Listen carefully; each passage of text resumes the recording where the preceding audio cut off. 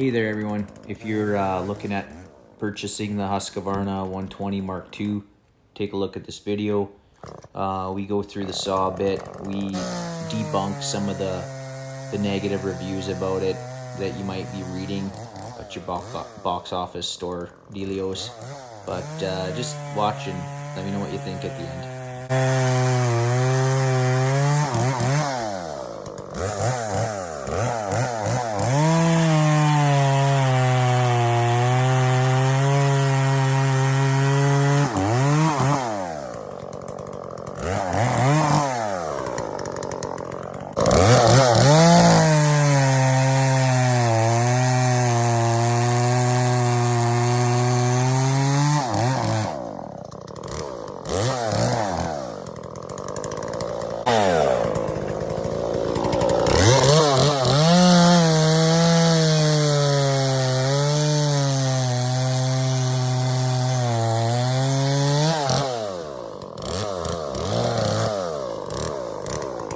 Okay, I haven't started it in 2 weeks, about 2 weeks.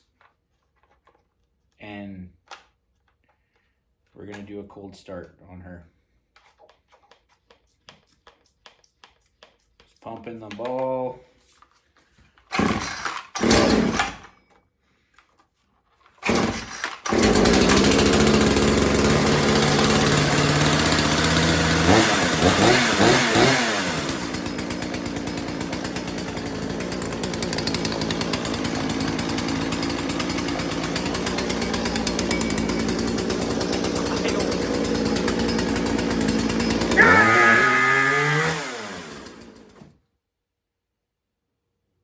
Hello everyone.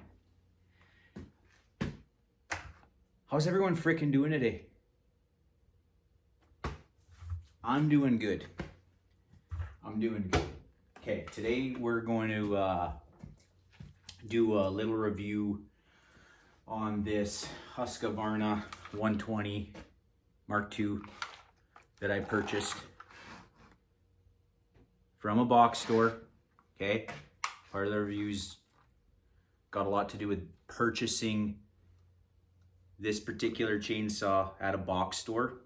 Okay, so stick around, listen. I bought this chainsaw for one reason only.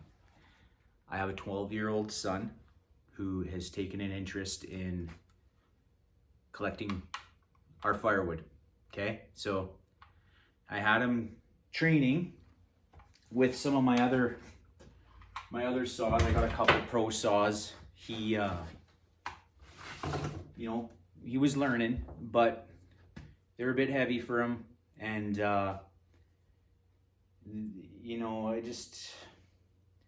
he wanted his own saw. Let's just put it that way. If you got kids, you'll understand where I'm coming from. So we went to Canadian Tire. We bought this saw. I knew what I was getting into, okay? And I think why I'm doing this video is because some of you don't. Some of you have higher expectations for things than others. Some of you can tolerate some of the shortcomings of issues when you're buying products. So right out of the gate, I'm gonna tell you straight up, this chainsaw is not as bad as the reviews make it seem, okay? And we're gonna go into a few right now because I wanna talk about when you read reviews on the box store sites, like you're going out to buy the chainsaw. What are you doing at home while you're drinking your coffee? You're looking at the reviews. Okay, so when I do that, I always start off with the negative reviews. I wanna see what people are struggling with when it comes to the product. So I'm gonna read a couple of the negative ones that I have noted here, and we'll talk about what I think about those reviews. Here's one right here. Husqvarna's crap. Okay, I bought this saw, would not idle worth a crap. Had to turn up the idle screw for it to idle. Used the saw for about 2 hours and it seized up. Okay, well, I can tell you right now that turning up the idle screw is not the solution to that problem, and that's likely why your saw blew up. And for this particular saw, when I brought it home, fired her up, it idled like crap. Okay, so I had to adjust the carb, and you're buying something out of a box store, and this thing's what is it, manufactured? It says it's made in Sweden, but I don't know if they're made in Sweden. The home motor ones, the pro ones, definitely, probably. It says it's made in Sweden, so you got to think about this. The saw's made somewhere where you're not living. Even if they adjusted the carb, now you're wherever you're living. Different climate, different weather, different altitude. All these things factor into how a carburetor performs. Okay, you have to adjust it. You know, if you bought your chainsaw in Florida and you're coming up to visit me, cutting some trees with me in northern Manitoba, Canada, your saw is gonna run like crap. More than likely. We're gonna have to tickle it, tune it up. How's she going? Right? There is an idle screw. It's you can turn it, and your saw will idle. The higher you turn it, it's gonna grab gas. It's gonna idle, but you know, you could have a bigger problem there. Like, actually, getting back to my experience with tuning this thing was running lean. I knew it right off the bat. It was running lean. You know, I turned up the idle screw too, just to kind of see where I was at, because I couldn't keep it running. And she was like wound right up lean. You need a special jet driver to tune this saw. Okay, so I mean, that's going to be a problem for some if you don't have it. I tuned it up. It runs fine. It runs fine. And I'm just yapping here now, but when you're reading reviews about the idling and the runs like crap and won't idle and is boggy, there's carb issues out of the gate with this saw and probably 10 other brands of homeowner saws you're gonna buy. If you don't know how to tune the carb, ask a friend who's handy at that. Get them to tune it. Okay? Take it to a small motor person. Small motor repair. I mean, you're going to pay, but they'll tune it for you. But don't be mad. Just don't get on here and, you know, start typing out in anger. Naive people that are gonna read that and go, oh my god, this saw is bad and I don't want it. What am I gonna do? Okay, let's do another one. So I did notice a lot of negative reviews about the oiler, saying it's not oiling the chain properly, or there's not enough oil. Mine oils like mad. Like the oil's flying off the dang thing. You know, mine probably oils too much, but I'm not gonna complain about that because too much is better than not enough. And you cannot adjust the oilers on these 120s. You can't. So if somebody tells you you can, or you read a review or comment in a review, well, adjust the oiler, you can't do it. It don't do it. So here's one about the oiler. Oils poorly, bogs when I try to cut wood. doesn't idle great. I have the chain tight. Chain heats up. Okay, so your oiler works off the RPMs of the engine. Okay, so if you have a boggy, if your saw's running like crap, which more than likely is a carb adjustment, you're not gonna get, the oiler's not gonna pump oil to the bar. You know, you're bogging out in the wood. You need the higher RPMs to spit the oil out, okay? So, you know, you might have to pull out of the wood, get the RPMs back up and go, but, you know, for this particular review here, I'm thinking that, you know, the saw is running crappy like we just discussed, and the that could be part of the oiling issue. Also, you mentioned the chain is tight, so and it's heating up. So, but what I'm getting back to is when you read the reviews, just be open-minded that I always start with the negatives, and I could filter out pretty quick what is an actual issue, shortcoming with the saw, versus what is a user issue. I mean, people not understanding how it works or how to remedy some of the shortcomings of it. So I'm not saying don't read the reviews, read them, because there is good stuff in there. I've only run this saw probably about 3 or 4 hours total. We did some firewood with it. I didn't videotape it because, like I said, I'm teaching my son, and when you get the cameras and stuff rolling, it's distracting, and we're not doing that here. So he needs to learn the right way and not have distractions. And I get distracted too, like with the camera on. So okay, but I will talk about the good stuff about the saw. The good stuff, it's a good saw.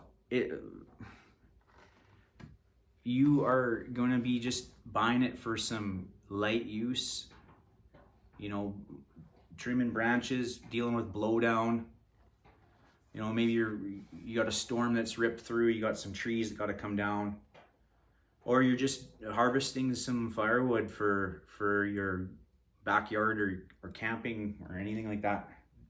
It's a great little saw for that.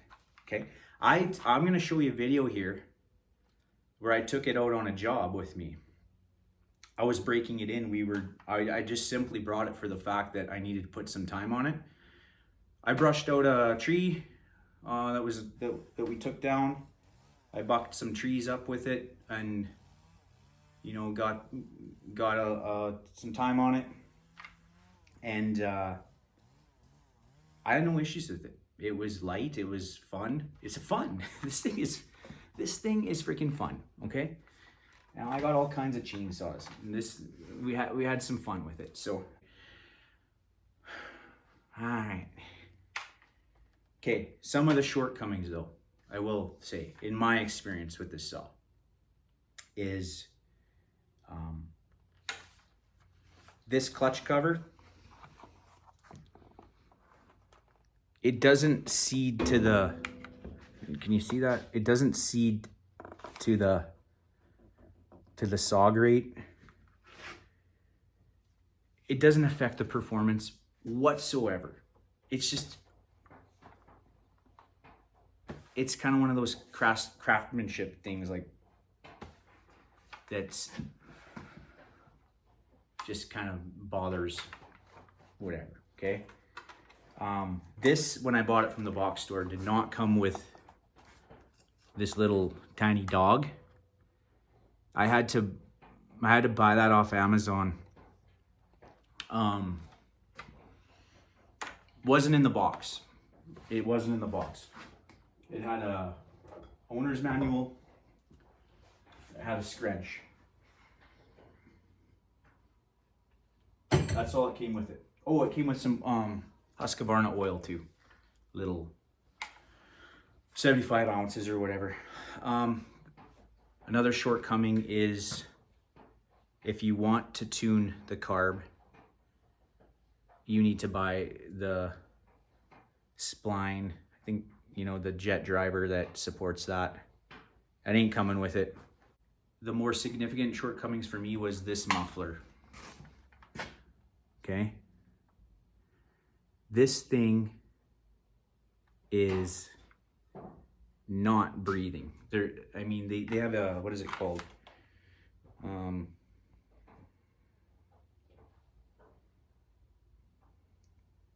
EVP regulations for emissions. Okay, so they build these mufflers baffled right out.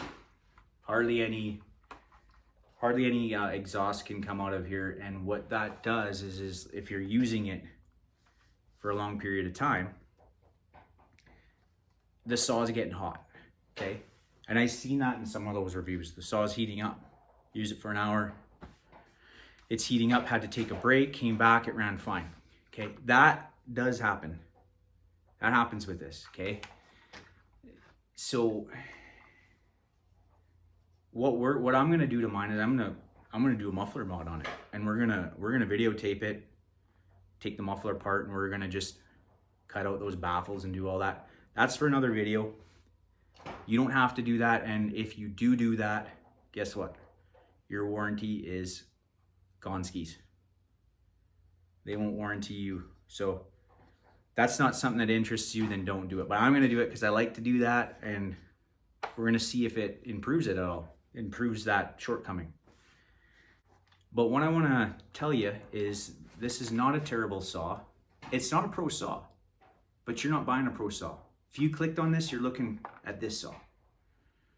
Okay, so it's got its flaws, and you know, if you're willing to work through some of that, then you're gonna have a good experience. It's not gonna come out of the box 100%. I mean, if it does, then great, good for you. I mean, I'm sure they have in some places, but most of the time you're gonna have to do something. Now, if you buy this saw from a Husqvarna dealership, they should be taking it in the back, getting it set up for you. Tuned up, oil, gas. They'll probably put, you know, probably gonna tell you to buy one of these and you'll get some more warranty out of it. And you're gonna get it home. It's good. It should run like a dandy. Okay. So if you're buying it from a Husqvarna dealer, you should be paying for that too. So yeah, so I guess what I'm trying to say is expect what I just told you. If you can't tune a carb, you don't want to tune a carb, if it's something that's gonna upset you, you're not willing to learn, troubleshoot, you don't have a friend that can help you, you don't want to take it into somewhere and get it serviced because you have to pay, don't buy it. I wouldn't buy it. Go buy an electric saw, like a battery powered one. They've come a long way, and maybe that's the one for you. Okay? Or you can go into a Husky dealer and buy a pro saw with the auto tune, or you know, the M-Tronics with still, and you don't gotta freaking turn a screw on the carb. But I'm telling you, like anything with a gas engine, expect to do maintenance on it. Just don't expect to use it a few times, park it, come back several months later and expect her to go. They don't, I mean, I don't expect that. So anyway, I'm yapping now. I'm in a good mood, and you guys, you have a good day. We'll get back to you with the muffler mod video. Yeah. See if this thing wakes up a bit.